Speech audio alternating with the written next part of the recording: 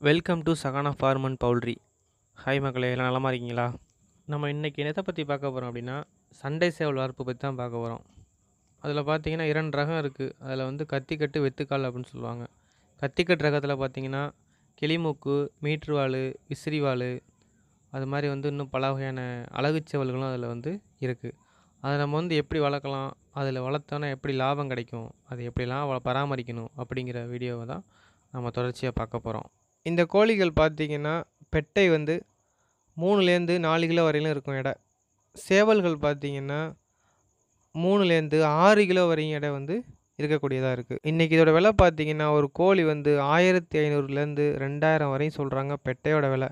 அதே சேவல் பார்த்திங்கன்னா 1500லேருந்து 3000, 4000, 5000. அது வந்து அழகுக்கு ஏற்ற மாதிரி இன்னும் விலைகள் லட்ச ரூபாய் போடுறது கூட வாய்ப்புகள் இருக்கிறது.